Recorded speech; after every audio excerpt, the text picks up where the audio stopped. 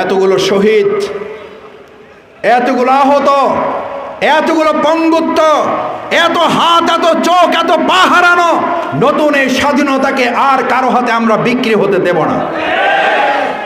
1971 সালের স্বাধীনতা এবং মুক্তিযুদ্ধকে কোনো একটা দল, কোনো একটা নেত্রী, কোনো একটা পরিবার যেমন এটাকে কলঙ্কিত করেছে, আমরা কোথাও কোথাও শুনি, আমাদের কানে আসে।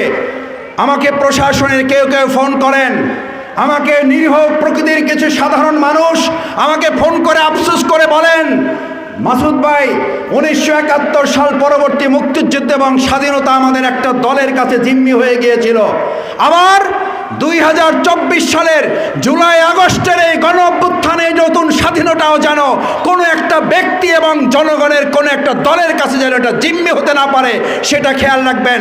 আজ আদাবাড়িয়াবাসীর কাছে, উপস্থিত জনগণের কাছে আজ আমি আপনাদের কাছে আবদার করতে চাই, আবেদন করতে চাই, এত রক্ত, এত ত্যাগ এবং কোরবানির বিনিময়ে অর্জিত এই নতুন স্বাধীনতা 71-এর মুক্তিযুদ্ধ এবং স্বাধীনতার মতো আর কোন দল এবং ব্যক্তির কাছে কি আমরা এটা জিম্মি হতে দিব? আমরা কি দিব?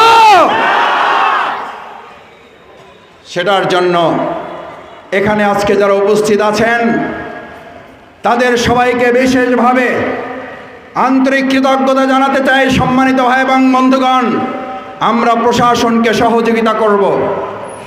আমাদের সব দল মতের ঊর্ধ্বে উঠে পুরো বাউফলকে আমরা একটা পরিবারে অন্তর্ভুক্ত করব।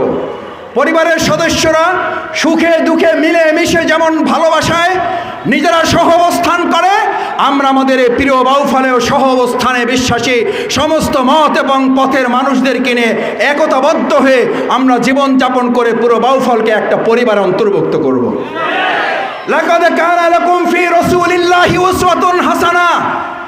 মসজিদের ইমাম যখন সমাজ এবং রাষ্ট্রের ইমাম হবেন, মসজিদের ইমাম যখন এই কাউন্সিলরের দায়িত্ব গ্রহণ করবেন, মসজিদের ইমাম যখন ইউনিয়ন পরিষদের দায়িত্ব গ্রহণ করবেন, মসজিদের ইমাম যখন মেম্বার হবেন, মসজিদের ইমাম যখন মেয়র হবেন, মসজিদের ইমাম যখন আমার এই প্রিয় বাউফলের জনপ্রতিনিধিত্ব সংসদ সদস্য হবেন, তখন আমাদের প্রিয় বাউফলে কোনো একজন ব্যক্তি এমপি হবেন না, কোনো একজন ব্যক্তি চেয়ারম্যান হবেন না, কোনো একজন ব্যক্তি মেম্বার হবেন না। আমাদের বাউফলে ভবিষ্যতে আর কারো শাসক হবে না। আমাদের বাউফলে ভবিষ্যতে আমরা জনগণের সেবক হিসাবে দেখতে চাই।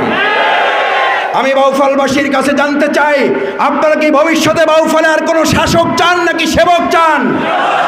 সেবক তারাই হতে পারে যারা মসজিদের ইমামতিও করবে, জনগণের নেতৃত্ব দেওয়ার জন্য সমাজ এবং রাষ্ট্রের ইমামতির দায়িত্ব গ্রহণ করবে। সম্মানিত ভাই এবং বন্ধুগণ, আমাদের এই প্রিয় মাতৃভূমি বাংলাদেশ, এই বাংলাদেশের সামগ্রিক অবকাঠামোকে উন্নতি এবং অগ্রগতিতে নেওয়ার জন্য আমি যেটা বলছিলাম 2007 সাল থেকে আমি আপনাদের পাশে থেকে চেষ্টা করেছি এই বাউফলের কল্যাণে, অগ্রগতি, উন্নয়নের জন্য কাজ করার। কেউ কেউ হয়তো মনে করতে পারেন, শফিকুল ইসলাম মাসুদ, তুমি তো কাজ করছো একটা টার্গেট। আমি অনেক সময় বলতাম, ভাইয়েরা, আপনি অনেক কাজ করতে পারবেন ব্যক্তিগতভাবে, আলহামদুলিল্লাহ। আমি আজকেও, আপনারা জানেন, বাউফল আমাদের যে গার্লস স্কুল, সেখানে ফ্রি মেডিকেল ক্যাম্প পরিচালিত হচ্ছে। 6 জন ডাক্তার সেখানে নিয়ে আসা হয়েছে।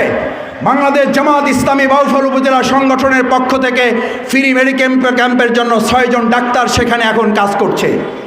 সেখানে আমরা ঔষধ নিয়ে এসেছি, সেখানে আমরা চশমা নিয়ে এসেছি, আমরা চক্ষু বিশেষজ্ঞ ডাক্তার নিয়ে এসেছি, আমরা আমাদের অন্যান্য মেডিকেলের জন্য মেডিকেল বিশেষজ্ঞ নিয়ে এসেছি। আমরা তাদের চিকিৎসার ব্যবস্থা করছি।